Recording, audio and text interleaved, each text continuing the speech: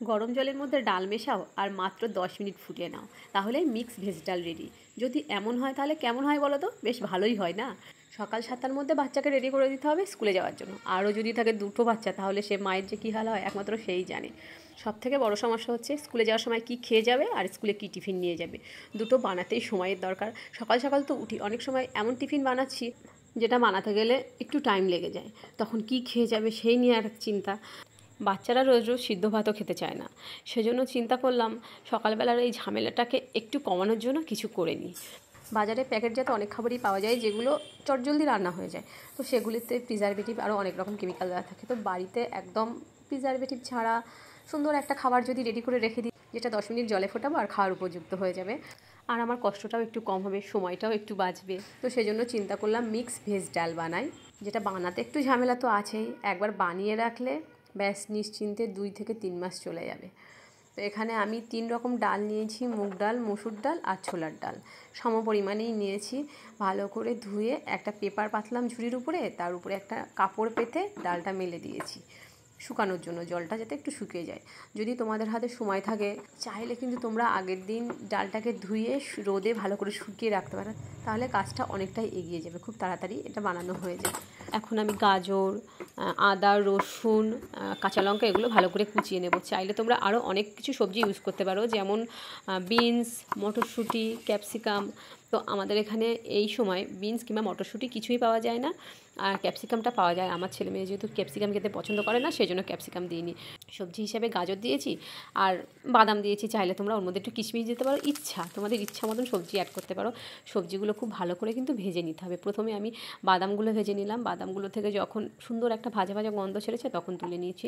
তারপর কারি পাতা ভেজে নিয়েছি, কারি পাতাগুলো বেশ মুচমুচে করে ভেজে নিয়েছি।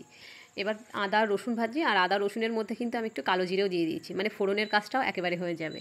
এমন করে ভাজতে হবে যেন জলীয় ভাবটা পুরো শুকিয়ে যায়, টাইম নিয়ে ভাজতে হবে, আবার বেশি ভালো করে ভাজতে গিয়ে যেন পুড়িয়ে ফেলো না। তো এখানে আমি গাজর ভাজি, গাজরটা ভাজতে অনেকটা টাইম লেগেছিলো। অর্ধেকটা ভাজা হলে, গাজরটা অর্ধেকটা যখন ভাজা হয়েছে তারপর এর মধ্যে লঙ্কা অ্যাড করে দিয়েছি। প্রথম থেকে লঙ্কা অ্যাড করলে কি লঙ্কাটা পুড়ে যেত। তো গাজরটা ধিমে আছে অনেকক্ষণ ধরে ভাজার পর শেষ পর্যন্ত দেখলাম হ্যাঁ ভাজা হয়েছে। এবার তুলে নিচ্ছি, লাল লাল একটা কালার এসে গেছে।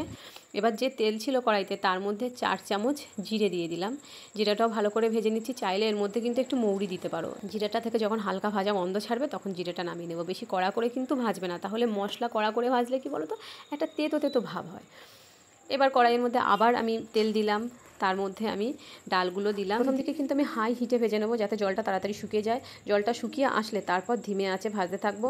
যখন ডাল থেকে সুন্দর একটা গন্ধ ছাড়বে আর এরকম ঝুরঝুরে হয়ে যাবে, বুঝবে ডালটা হয়ে গেছে ভাজা। তারপর ঠান্ডা করতে দিলাম। আধ ঘন্টা পরে আমি ফিরে এসেছি, ডাল ঠান্ডা হয়ে গেছে। এখন মিক্সিং জারে, একেবারে তো হবে না, দুবারে দেবো, ডালটা ভালো করে গুঁড়ো করে নিচ্ছি। আর এর মধ্যে জিরেটাও দিয়ে দিলাম। জিরে দেওয়ার পর কিন্তু খুব ভালো করে, আগে জিরেটা দেওয়ার দরকার ছিল সেটা আমার মনে ছিল না, ভালো করে গুঁড়ো করে নিয়েছি। নেওয়ার পর তারপর বাকি ডালগুলো গুঁড়ো করে নেব। পরের বার ডাল গুঁড়ো করার আগে মিক্সিং জারের মধ্যে দিয়ে দেবো লবণ, হলুদ আর চিনি। চাইলে তোমরা লঙ্কা গুঁড়োও দিতে পারো, তো আমি এখানে লঙ্কা গুঁড়োটা অ্যাভয়েড করে গেছি। ডালের ঘনত্বের উপর নির্ভর করবে কতটা নুন হবে, কতটা মিষ্টি হবে।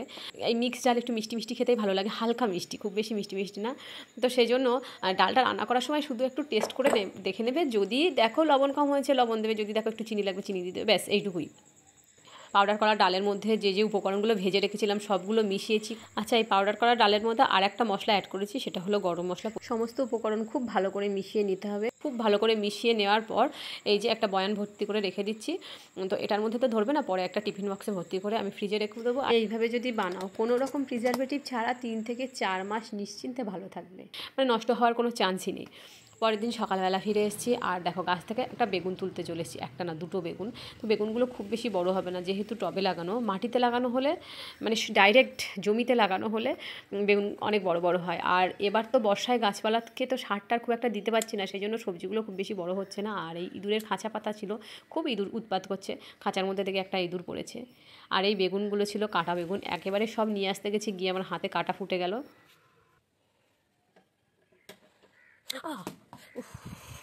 ব্যাস, ডাল কিন্তু ওদিকে রান্না বসিয়ে দিয়েছি। রান্না বসিয়ে দিয়ে আমি চলে গেছিলাম ছাদে বেগুন তুলতে।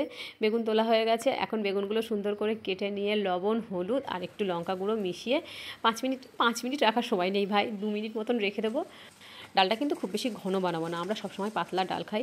মানে 3 কাপ জল নিয়েছি, তাতে 3 চামচ ওই ছোটো চামচের 3 চামচ এই পাউডার ডাল দিয়েছি। তারপর এটাকে 10 মিনিট ধিমে আঁচে ফোটানো। টেস্ট করে দেখলাম একটুখানি লবণ কম আছে, সেজন্য একটু লবণ দিয়ে দিলাম, যেহেতু পাতলা করে ডালটা রান্না করছি। আর এর মধ্যে যদি একটুখানি আমচুর পাউডার কিংবা আমশি কোনগুলোকে বলে বলো তো, কচি আম খোসা ছাড়িয়ে রোদে খুব ভালো করে শুকিয়ে রাখে।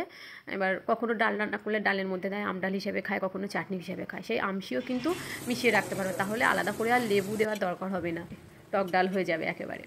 ওরা খেয়ে দিয়ে চলে গেছে। আর সকালবেলা আমি 1 মুঠো ভাত, একটু ডাল আর আলু মাখা নিলাম। আলু মাখা বলতে কিন্তু আলু সিদ্ধ না, আলু, পেঁয়াজ, রসুন, কাঁচা তেল, কাঁচা লঙ্কা একসঙ্গে মেখে কড়াইতে ধিমে আঁচে রান্না করাটাকে আলু মাখা বলেছি। আর এখানে দেখো গাজর রসুন খুব সুন্দর গলে গেছে। এইভাবে একবার বাড়িতে ট্রাই করো, অবশ্যই আমাকে জানাবে কেমন হয়েছে। আর আলু মাখাটাও কিন্তু ট্রাই করবে।